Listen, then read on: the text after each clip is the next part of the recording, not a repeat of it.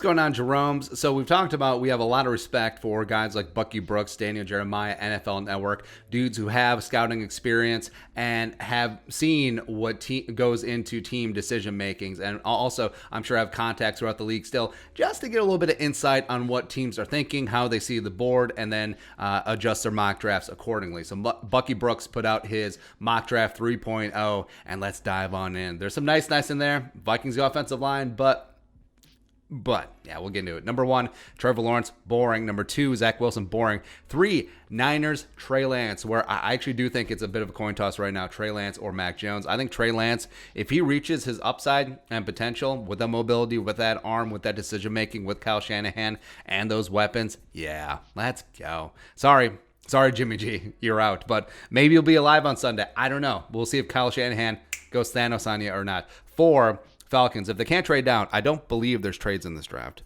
Actually, maybe I'm lying. Anyway, 4, Kyle Pitts, yes. A chance to be a generational prospect. And if you're going to go with Matt Ryan for a year or two, get him as much help as possible. Plus, if you're going to get rid of Julio Jones, Pitts in the red zone would be a nice replacement. 5, Bengals, where you easily could go wide receiver here, Jamar Chase, Devontae Smith, whatever, and then get offensive line in the second round, but Penei Sewell has a chance to be that guy. Ironically, he projects to potentially be the next Anthony Munoz. If the Bengals can do that twice in a century, go ahead. 6, Dolphins, Jamar Chase. I know the 2 Bama receivers, experience with Tua, but Jamar Chase is that dude. Dynamic outside the numbers guy, will fight you for every single inch, every single ounce, and just a rough and tumble dude. I love Jamar Chase. 7, so the Lions could go a lot of different directions, where Devontae Smith is on board, Jalen Waddle's on board. They definitely need wide receiver help after Marvin Jones went to the Jaguars and Baby Tron went to the Giants. But Micah Parsons is that guy, where Brad Holmes and company, I think they realize that they're in for a multi-year rebuild. So just get BPA, and then you'll figure it out later. You got extra first-round picks each of the next 2 years from the Rams. Go ahead. 8, Panthers, taking Rashawn Slater, tackle, where they easily could go quarterback here. Mac Jones or Justin Fields is still on board, but Slater, left tackle, week 1, day 1, second one, start him opposite of Taylor Moton, go ahead. 9, Broncos.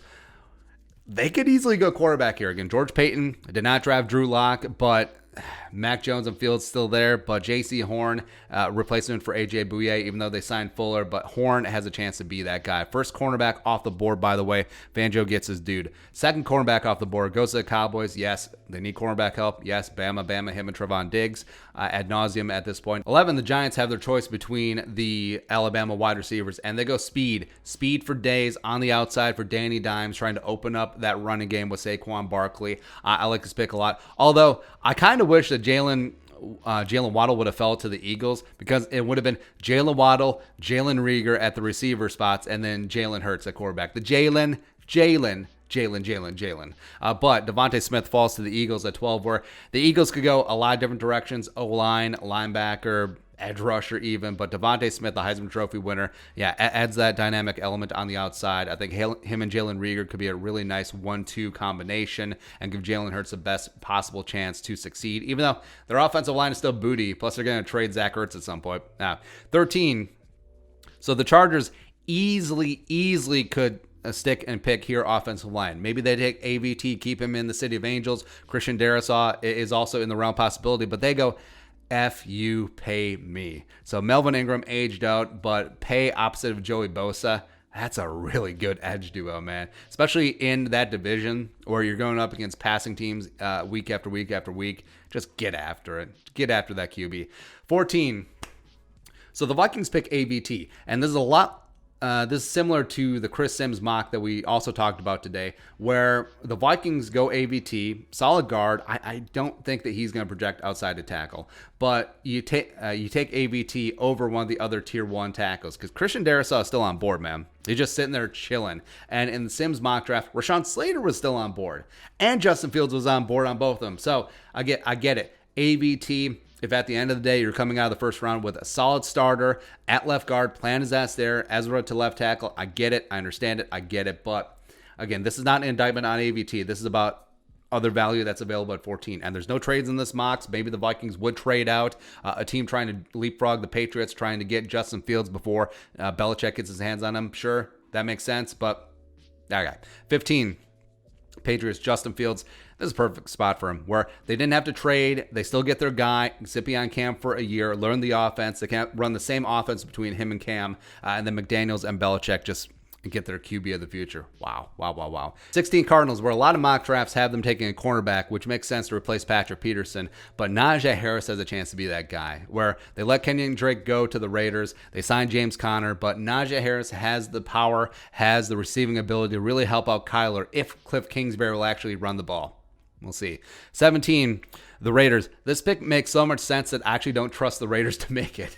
So Jeremiah Owusu-Koramoah coming on into the Raiders. He can be a money backer, linebacker, safety. He will certainly help out in that secondary. And if you're in a division with Travis Kelce twice a year, this certainly makes sense. 18, the Dolphins picking up Zaven Collins, where Brian Flores' multiple front defense just needs this joker all over the place. And Zaven Collins, he can bring against the run. He can cover for days, and he's got that versatility, and he's going to be a really nice asset for the Fins for many years to come. 19, so Mac Jones falls all the way down to Washington at 19, which would be great for Washington. I don't know if it happens, given the quarterback tax early in the draft, but Mac Jones can sit behind Fitzmagic for a year, see what happens. He can learn from Taylor Heineke as well. Go ahead. 20, the Bears. So this would be extremely frustrating. I would take Darrisaw over AVT, even though, yes, I do like AVT. But him falling all the way to the Bears, and then I have to play him twice a year, and just great. Colts, they like them lengthy on the defensive line. Jalen Phillips replacing Justin Houston. Gambling on that health issues. They can address the offensive line in the second round. 22, Tennessee Titans taking Trevin Moehrig, pairing him up with Kevin Byard, who I think is ready for a bounce-back season. That's immediately one of the best safety duos in the league. Just absolutely great. Even though they do have more pressing needs at cornerback, offensive line, sure, but nah. 23, the Jets, where you got Zach Wilson. May as well get him a man at the pivot. Landon Dickerson, a little bit surprising, a little bit high for him considering his health issues, but if he can stay healthy, he is clearly the best center in this class. So Zach Wilson has got his guy for the next decade. Eons. Let's go. 24, Steelers. Needs all over the place. Running back, if Najee Harris was there. Offensive line, yes. Edge rusher, yes. But Jamin Davis, he's a lot of fun. So he can play inside linebacker. Him and Devin Bush will just be flying around making plays. TJ Watt still rushing from the edge. It's good times. 25, Jaguar. So Taven Bryan has not worked out, but Christian Barmore can step into that 3-tech spot and just blow up a B gap. Him and Devon Hamilton, nice little defensive tackle duo for Duval and Urban Meyer. Year 1, go ahead.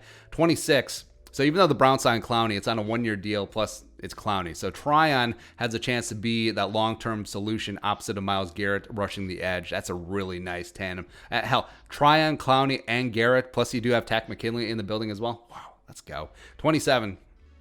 Ravens do it again. So Azeez Ojulari replacing Juden and Unique the freaking Ngakoue. Azeez, it kind of is like a souped up Elvis Dumervil. Of course, the Ravens know about him. So they just do it again. I just like the Ravens. 28, Onwuzurike coming into the Saints defensive line where they lost Rankins, they lost Hendrickson, and Onwuzurike can play all along that D-line. He can play edge, 3-tech, 1-tech, 5-tech, whatever you want to do. All the techs. Onwuzurike is going to go get it. 29, Jalen Mayfield. So, the octogenarian Aaron Rodgers does not get a wide receiver toy, but of course, this is a deep wide receiver class. They can probably get one later. Mayfield can slide in a right tackle right away, replacing Pretty Ricky Wagner, and then Billy Turner can kick back into guard. So, Mayfield, man, I love it, man. I hate it, but I really do love Mayfield, and it sucks that he's a Packer now. 30, the Bills. They're going to gamble, man. So Tre'Davious White is a stud cornerback. Dane Jackson's got a little something going as well. But Caleb Farley, if that back is good to go, is the best cornerback in this class, bar none. So they're going to gamble. They can afford to do it. So I understand it. 31, the Ravens already got Azeez, and now they get Tevin Jenkins. So two of my favorite players in this class. Jenkins going to replace Orlando Brown Jr. at right tackle. Maybe he kicks inside for a year. Maybe they have Villanueva play right tackle for a hot second, but it's another good player at a good spot. 32, the Bucks, complete luxury pick. Rousseau, even though they got JPP, they brought back Sue, they brought back Shaq Barrett, but play them all along the defensive line. It's good times, man. Dudes who did not make it. So we thought maybe maybe another quarterback could sneak in. No Mon, no Davis. Etienne didn't get in. I actually haven't seen a mock draft in a while where Etienne made it into the first round. It's kind of a shame. He's a great player. Wide receivers, Bateman, no. Marshall, no. Rondale Moore, no. Tony, no. Elijah Moore, no.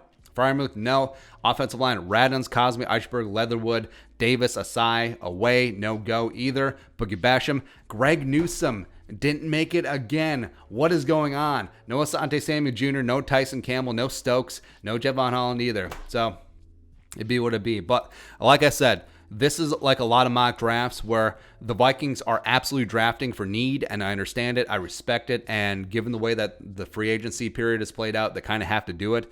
But I would take Darisaw over AVT. I would take Justin Fields over AVT.